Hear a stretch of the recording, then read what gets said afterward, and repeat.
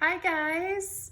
Today I'm going to read the story Alexander and the Terrible, Horrible, No Good, Very Bad Day by Judith Viorst, illustrated by Ray Cruz.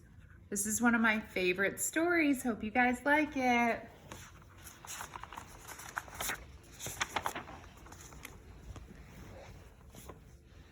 I went to sleep with gum in my mouth, and now there's gum in my hair. And when I got out of bed this morning, I tripped on the skateboard, and by mistake, I dropped my sweater in the sink while the water was running, and I could tell it was going to be a terrible, horrible, no good, very bad day.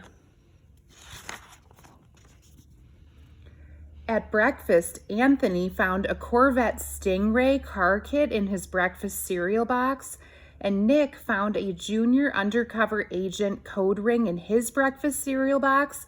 But in my breakfast cereal box, all I found was breakfast cereal. I think I'll move to Australia. In the carpool, Mrs. Gibson let Becky have a seat by the window. Audrey and Elliot got seats by the window too. I said I was being scrunched. I said I was being smushed. I said if I don't get a seat by the window, I am going to be carsick. No one even answered. I could tell it was going to be a terrible, horrible, no good, very bad day. At school, Mrs. Dickens liked Paul's picture of the sailboat better than my picture of the invisible castle. At singing time, she said I sang too loud. At counting time, she said I left out 16. Who needs 16? I could tell it was going to be a terrible, horrible, no good, very bad day.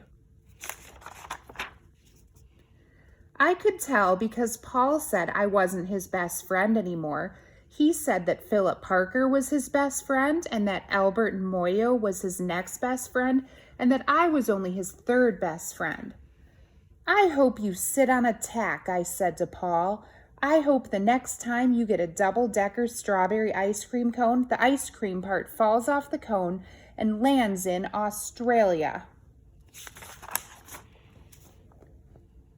There were 2 cupcakes in Philip Parker's lunch bag, and Albert got a Hershey bar with almonds. And Paul's mother gave him a piece of jelly roll that had little coconut sprinkles on top. Guess whose mother forgot to put in dessert? It was a horrible, terrible, no good, very bad day. That's what it was, because after school, my mom took us all to the dentist, and Dr. Fields found a cavity just in me. Come back next week and I'll fix it, said Dr. Fields. Next week, I said, I'm going to Australia.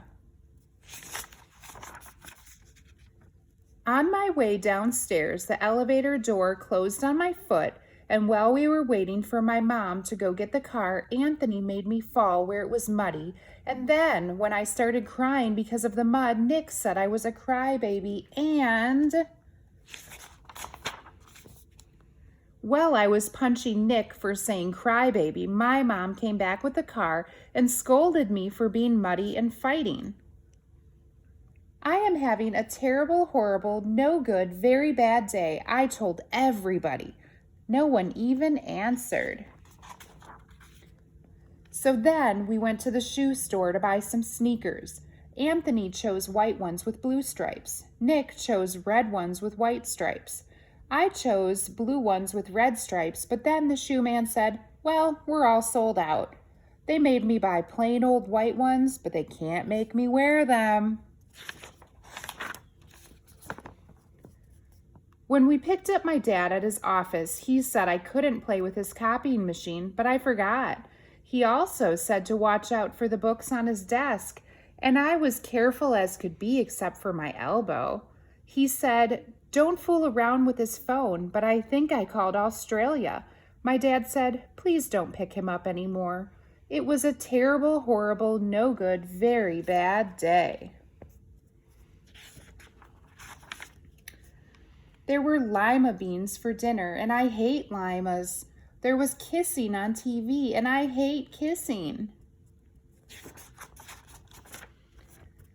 My bath was too hot. I got soap in my eyes. My marble went down the drain, and I had to wear my railroad train pajamas. I hate my railroad train pajamas. When I went to bed, Nick took back the pillow he said I could keep, and the Mickey Mouse nightlight burned out, and I bit my tongue.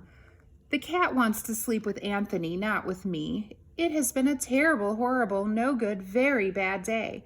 My mom says that some days are just like that. Even in Australia.